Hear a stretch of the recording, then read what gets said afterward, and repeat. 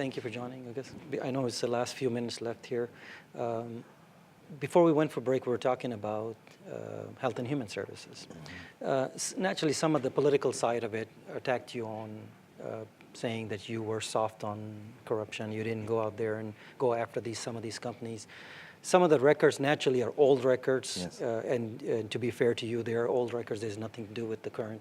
And then the way the human services work, for the record, it's they have to look at all what's going on with the companies that they're working with, and then there's fraud that's investigated by you once they detect the fraud there, correct? Yes. And then your division, you have a task force or a division that detects the fraud, and they kind of go over the numbers. Correct. We have what we call the Medicaid fraud unit. It's a separation there, correct? It's like they have to do a specific job, and then you have to do a specific job. The federal law requires that states have an agency, in our case it's our Human Services Department, that provide the Medicaid services. Correct. And then you have to have a separate agency that deals with fraud in the Medicaid system. And so there's a commercial on that says that because the recovery of dollars was low, that somehow or another that means that we were allowing the fraud to occur. And I try and make sure to point out to people that if I wasn't out there fighting fraud and corruption, they wouldn't have anything to criticize because you just wouldn't see it in the news. And so one of the reasons that people have been able to talk about my record with regard to fighting corruption is because I've been much more aggressive at fighting corruption, both public corruption and the Medicaid corruption, than any other Attorney General has been. And so it brings it to the forefront for people to talk about. Your Attorney General's job is to investigate it and look at it, see if there's any fraud, and then you have forensic accountants that look at it and on the Excel sheet and see whether there is fraud detection there. And I think you did, but a lot of those numbers in the commercial, naturally, they exaggerated for political reasons. I understand that part, and you do too.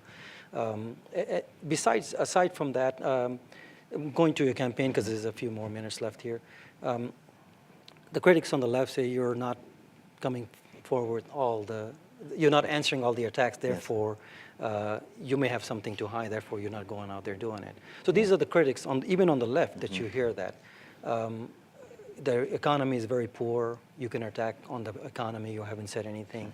There's a lot of other issues there. And then you will get criticized whether you do something or you don't. But the perception is on the left and the right that you aren't doing anything because you haven't raised any funds.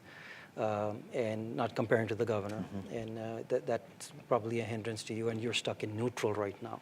This is the criticism on the left, and I was shocked to hear this last Friday. I was sitting with some of I'm not mentioning their names here, but they're saying, well, he's stuck in neutral. There's nothing going on with this campaign. He figures that their attacks would last for a while, and eventually they'll stop. But then their fear is that you'll go down in polls and you'll never recover. So what do you? Well, I think that certainly is the Martinez campaign theory. I'm sure is to just try and bury me in the first month, because they have run probably $500,000 worth of advertising trying to I call it character assassination, right? I mean, it's dirty campaigning.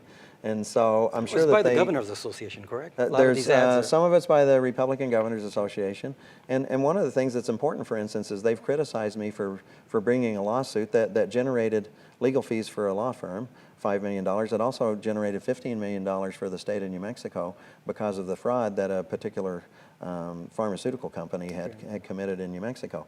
And what a lot of people need to understand as background to that is that pharmaceutical company gave a huge amount of money to the Republican Governors Association so that they could run ads, in this case ads that they ran against me. There's been an ongoing sort of battle between the big pharmaceutical companies and the attorneys general around the country, because we are the ones that are holding them to account for marketing of their drugs that's not appropriate. And so people need to understand that. To the issue of people that say, well, gee, his campaign is not in full gear right now. It's June.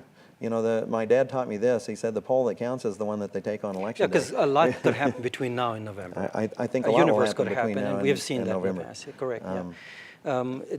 That's one of the things that kind of that's being talked about, that you're basically kind of stuck in neutral at this point.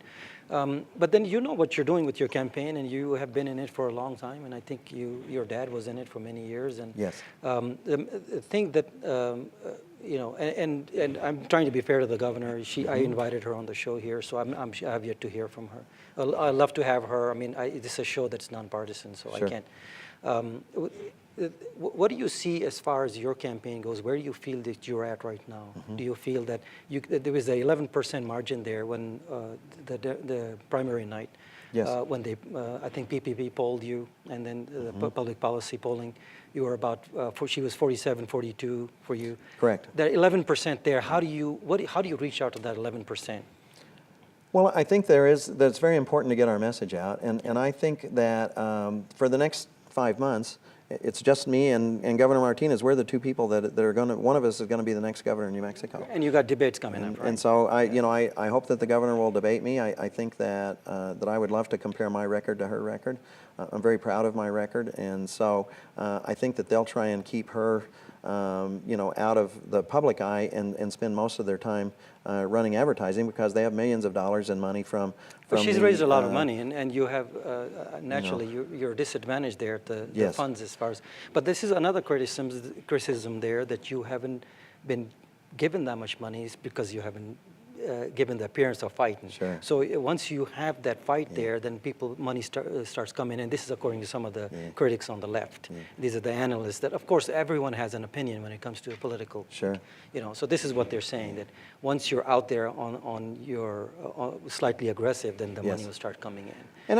And frankly, I mean, now that I'm the nominee, I mean, when there were 5 Democrats that were running, I think they were all 5 quality Democrats, and I'm really appreciative of the fact that all of my colleagues, I don't call them my opponents, but my colleagues in the primary endorsed me the next day. They're all Democrats, yeah. They've all been out working for me, and so Democrat givers were a little bit perplexed as to where they should spend their money before the primary election, and so I think that we'll raise more money now that I am the Democratic nominee.